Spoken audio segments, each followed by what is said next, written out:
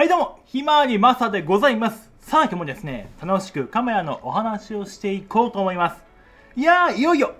発表されました。ソニー Vlogcam-ZV-10 ということで、各クリエイターからは先行レビューの動画がですね、どんどんアップされております。その動画を見ていきますと、いいことしかやっぱり載っていないと思うんですよ。で、こっから重要なのが、いざ発売。これ ZV-10 ですね。発売が9月17日ですね。はい。いざ発売されますと、YouTube 上にはですね、各クリエイターの先行レビューしなかった組の各クリエイターの動画にはですね、ZV-1 のここが悪いみたいな動画がたくさん出てくると僕は予想しております。はい。で、今日はそれに対するアンサーを先に皆さんにお伝えしていこうと思います。ということで、まずですね、その理由をですね、お話ししていこうと思います。というわけで、なぜ僕がこういうお話をするかと言いますと、僕はですね、なんだかんだ言いまして、ソニーのカメラはいろんな機種を使っております。僕今使っているのはソニーの APS-C センサーを搭載した α6500。そして α6000 というですね、そしてこの α6000 という機種も使用しております。そして先日ご紹介しました、ソニーのシネマラインのですね、FX3 というですね、フルサイズセンサーを搭載したシネマカメラ。中身は α7S3 と一緒です。そしてレンズの方は G マスターの2470も使っております。そしてあまり紹介してはいないんですけども、僕のものではないんですけども、こちら、今回発表された、ZV-10 の弟分となるですね、こちらですね、ZV-1。これ初代 Vlogcam ってことですね。これも使用しております。なので、僕はフルサイズ APS 1インチセンサーのカメラをすべて所有していて使用しております。なので、いろんな目線からカメラのことを見ることができます。今回発表された ZV-10 のスペックは、この APS-C センサーを搭載したこの ZV-10。要は、レンズ交換式の APS-C センサーを搭載した ZV-1 と考えていただけるといいんじゃないかなと思います。スペック的にはこの ZV-1 とほとんど同じ。多分 USB-C 端子が使えたりとかっていう進化があるんですけども、基本的な性能はこれと同じです。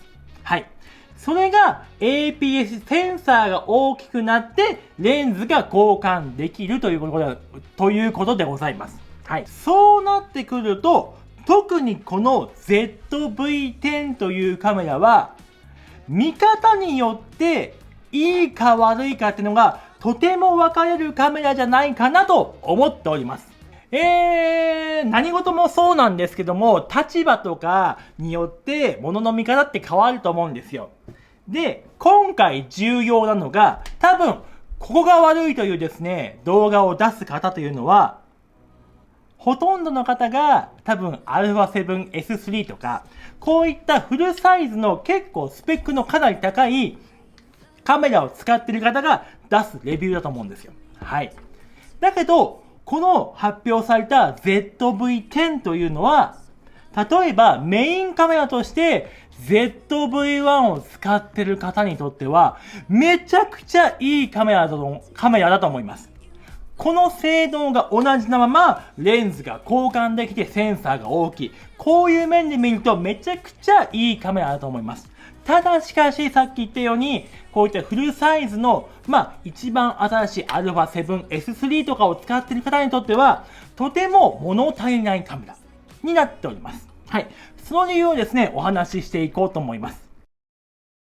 はっきり言いますと、ZV-1 とフルサイズのこのカメラは、全く別のものです。この α7S3 のサブカメラとして、この ZV-1 というのは、すごく使いづらいんですよ。なぜかと言いますと、例えば、色味を合わせることがとても難しい。で、こっちは例えば、422の10ビットであったりとか、4K の 60p であったりとか、あと、ピクチャープロファイルで言うと S シネトーンが使えたりとか。ただ、この ZV-1 というものは、まず S シネトーンは使えないし、4K の 24p でしか、44p もしくは 30p でしか撮れないし、420の8ビットしか撮れないということで、これとこれの色味を合わせるのはとても難しいです。はい。で、この α6000、例えば α6500 とかと、これをサブカメラにするのはとても楽なんです。なぜかと言いますと、α6500 はですね、ピクチャープロファイルもありますし、同じ420の8ビットまでしか撮れない。そして、クリエイティブスタイル、α6500 とか、今出ている α6600 っていうのは、クリエイティブスタイルっていうものがあります。そして、この ZV-1 にもクリエイティブスタイルがあります。なので、色味を調節しやすいです。だけど、この α7S3 というものはですね、クリエイティブスタイルがないんです。で、今これは、クリエイティブルックというですね、新しいカラーサイエンスが採用されております。なので、根本的に色味を合わせて使うことができないと思うんですよ。で、422の10ビットを使ってしまいますと、カラーグレーディングと色味をね、いじるのはね、この8ビットが厳しくなってくるんですよ。それは僕はすぐ体感しております。今まで α6500 で撮ったものをある程度色味をいじっていたんですけども、やっぱりノイズというものが気になったりはするんですよ。ただ、こっちにして10ビットで撮りますと、ノイズというか色つぶれが少ないんですよ。そういうのもありまして、例えば、これのサブカメラとして ZV-10 を使うっていうのはすごく物足りないです。例えば ZV-10 が、420の10ビットで 4K の 60p が撮れるのであれば、多分、ここが悪いというですね、評価は出にくいと思うんですけども、この ZV-1 っていうのは、この ZV-10 っていうのは、この ZV-1 を使っている人たちをもう一段階広い世界に連れて行こうよというものでございます。なので、ZV-1 をメインカメラとして使っている人には、とてもいいカメラでございます。で、このソニーの E マウントの APS-C カメラというものは、レンズが豊富にございます。はい。今使っているですね、シグマの 16mmF1.4DCDN とか、超便利なですね、こちらのですね、SELP18105G とかね。はい。こちらシグマの、昔なんですけども、19mm の F2.8DN とか、60mm の F2.8DN とか、あと、シグマの 30mm の F1.4DCDN とかっていう風に、レンズが豊富にありまして、このレンズがすごくですね、安く売ってるんですよ。例えば、この SELP18105G なんかは今ですね、中古で買えば5万を切る価格で買えます。定価で買っても5万円ちょっとでございます。こちらなんかもですね、3万円ぐらいで買えますし、今も生産中止になってますけども、これなんかは1個1万円ちょっとで買えるレンズ群になってるんですよ。なので、ZV-1 からのステップアップにはこの ZV-10 ってのはものすごくいいカメラだと思います。だけども、こういったフルサイズの最新機を使っている人のサブカメラとしては、